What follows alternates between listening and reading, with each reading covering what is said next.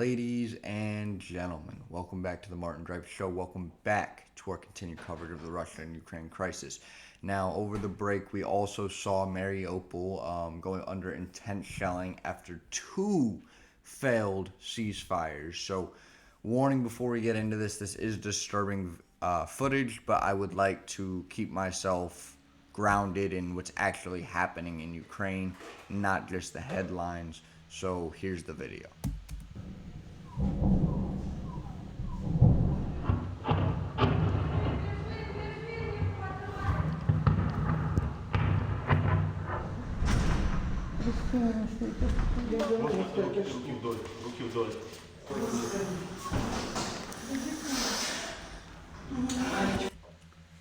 It just seems like a lot of widespread gunfire and tension. Obviously, even though so far the video hasn't been as intense, I'm sure it will get more intense.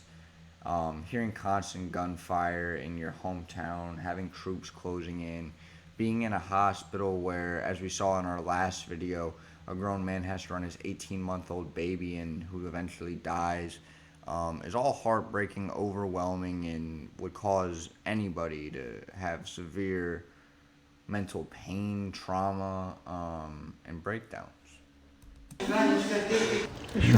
Все еще раз здесь заклеиваем, все. В общем, продолжаем работать без электроэнергии, воды, тепла. Есть нюансы небольшие с обеспечением, а именно не хватает сейчас анальгетиков. В общем, вот так. Находимся уже на рабочем месте уже более недели, кто-то еще больше, так что вот так вот. So, you got doctors who never take a break for 7 days, 24/7, because they're trying to move people with no lights. Imagine when it becomes dark, you're not going to be able to perform surgery. How about just putting in basic stitches, identifying issues? You can't give tests. I don't even know if you can take x-rays without electricity. I don't know the technology needed for that.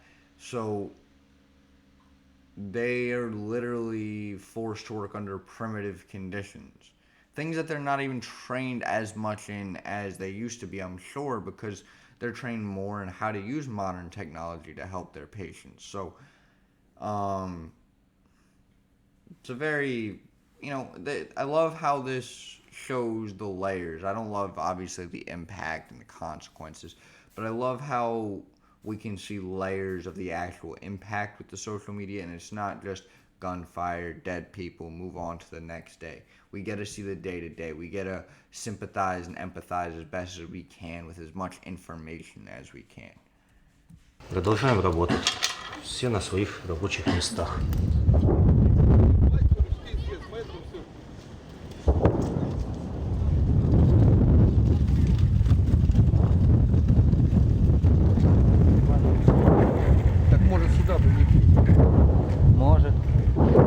Everywhere you go, just gunfire, gunfire. Now, I like how we say salvage. I don't know if people were really salvaging anything from the grocery store. I know there's a little greediness in every human being. And we see with the kid here, he didn't get food. He didn't get anything really necessary. He got himself a comfortable gaming chair, I think a pair of shoes, and whatever else is there, which is fine. It's not a big deal. His world's ending. Let him grab whatever he wants. But I mean, I don't know what they were salvaging. I don't think they were trying to save all the stuff to give it back to the owner. I think that might have been an improper use of that word.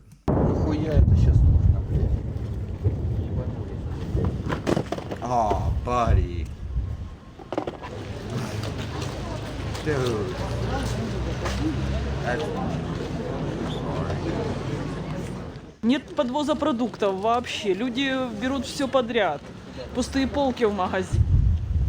And that's what I mean by greediness. People aren't working to give each other the food and communion, make sure everyone's okay. They're taking what they need to survive, and those who don't get anything are left out. And then this is where things get scary, because survival for your family, you don't want to see Ukrainians turn on Ukrainians. That's the biggest fear, right? Because once that happens, it's over. So that's why they're hoping, like it says in the bottom left, a ceasefire would allow for evacuations. Um, because the primal instincts of humans is gross. We see it during protests in America. People take advantage of a lot of terrible things.